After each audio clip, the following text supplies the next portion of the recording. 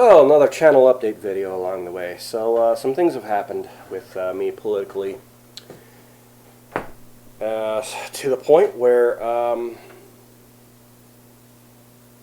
think I need to say a few things. And yes, I do believe it was in my last update video where I did mention that I'm going to be going to Challis because the Kootenai County Republicans have seen fit to have me represent them when the delegate selection rule change is presented. And so moving a lot of mountains in order to get that done properly. I've been practicing and I've been looking into a lot of the details on why certain election law is the way it is, because that has a lot to do with delegate selection, especially with certain parts of the election law from when most of our election law was reformed back in the early 70s. There was a big change that culminated in 1970, and then a year later some changes were made, and then in an extraordinary session were immediately repealed, and now the law is completely different, and there's a lot less law in that. And so I've been looking up a lot of the stuff that's been done and said in the intervening years. This is starting at the beginning of the 70s up until now, and so there's a lot of stuff to look at there. Someone tried to fake me out into thinking that the delegate selection change that we're presenting is going to be opined as illegal. Well, nobody of any relevant authority has said as much, and I'm having a hard time coming up with any supporting documentation or reason as to why anybody in such a position would opine differently. The thing is that not only that, but the Attorney General of the day, when all of this was going down, said something extremely interesting. Now, I've already said what it is on social media. Excuse me, pardon. I'm not going to exactly spell out exactly what it is in this video, though, but it's going to be very, very relevant to how a lot of the opposing arguments are shot down in Challis, because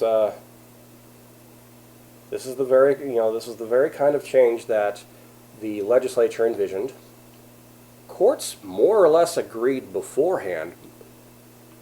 Now, that's especially in other states, but the thing is that the Idaho courts haven't had to really rule on it, apparently.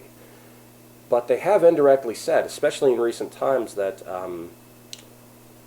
Republicans are kind of in charge of their own thing.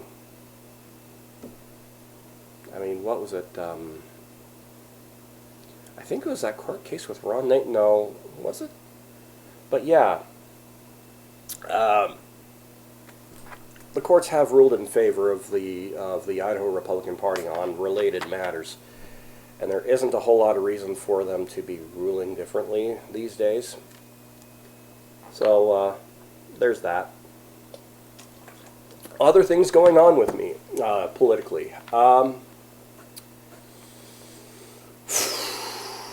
It's mostly just what I was just talking about. I tried dropping a hint, and I don't think I dropped it hard enough. But a lot of the things that came out of the Ada County GOP in their last meeting, this was on May 4th, in fact, the day I was last doing videos, a lot of things that came out of there headed for the state level are not only just going to crash and burn, but they're going to, but we should have already known that this would crash and burn. And that's why I said what I did when I got up to debate against I think it was a resolution about an Article 5 convention. I think that's what it was. Now, I'm not going to say why I'm staying out of the whole Article 5 mess for the time being. That's a separate issue, in fact. But I was trying to convey, like, hey, you guys need to read the room when you're passing resolutions up, especially with anything regarding term limits, because not everybody sees the same things as you, and institutional memory is a thing, and that kind of thing. But I was really trying to drop that hint for everything else that was coming out of it, and it actually kind of didn't matter that I was talking about it on an Article 5 resolution. There's a lot of the rest of the IDGOP is going to be reacting very negatively to everything coming out of Ada County, out of the great state of Ada, as it were. And they're going to be very justified in smacking every single little thing down. They're going to be very justified in doing so, whether it has to do with the rule changes regarding dues or any of the resolutions or what have you. So that's kind of one of the major points going on with that.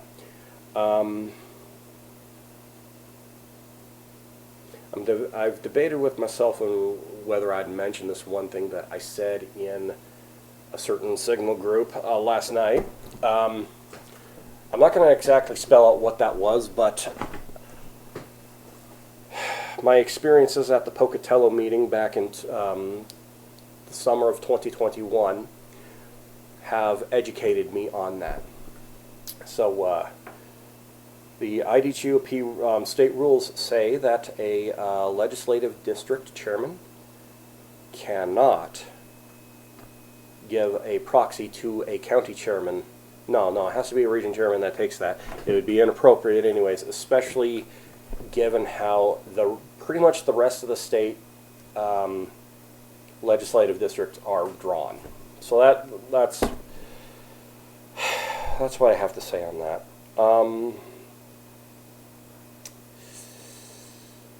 I don't think that there's anything much to the rumor that there might be an extraordinary session that has been rumored recently, because if they were going to do that, they would have done it by now. It is May 12th.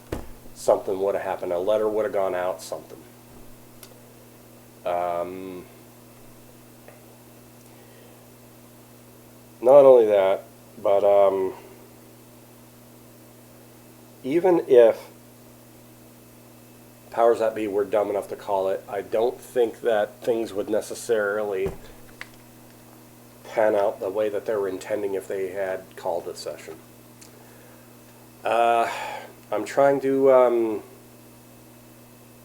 do this channel more often, but life gets in the way. I try to be a productive adult, and this channel can get in the way of that.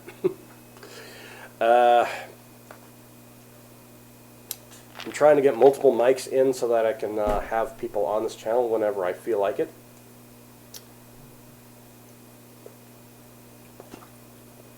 But as for me in my house right now, we will be serving the Lord, I guess. Don't read in too much what I just said. I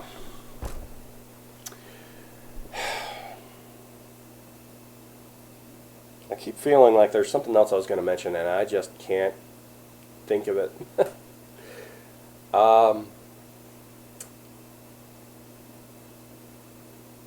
Rather than blathering on and on, I'm going to stop it right here.